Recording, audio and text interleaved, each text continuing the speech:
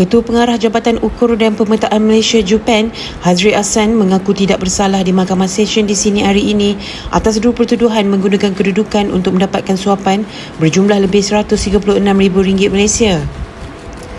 Pengakuan itu dibuat di hadapan Hakim Suzana Hussein selepas kedua-dua pertuduhan dibacakan terhadap tertuduh yang berusia 57 tahun. Mengikut pertuduhan pertama, Hazri didakwa menggunakan kedudukannya sebagai pengerusi Lembaga Juruukur Tanah Malaysia LJT untuk memperoleh suapan daripada dana lembaga itu berjumlah RM30,201.16. Kesalahan berkenaan didakwa dilakukan di bilik mesyuarat lembaga di Wisma LJT, Pusat Bandar Melawati pada 3 Ogos 2024.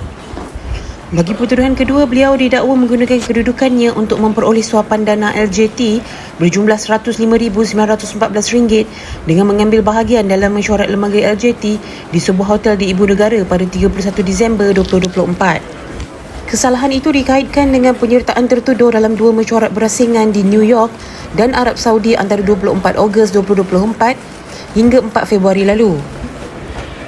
Pertuduhan dikemukakan mengikut Seksyen 23-1 Akta Persuruhanjaya Pencegahan Rasuah Malaysia 2009 yang boleh dihukum di bawah Seksyen 24-1 Akta sama yang memperuntukkan hukuman penjara maksimum 20 tahun serta denda tidak kurang 5 kali ganda nilai suapan atau RM10,000 mengikut mana yang lebih tinggi jika sabit kesalahan.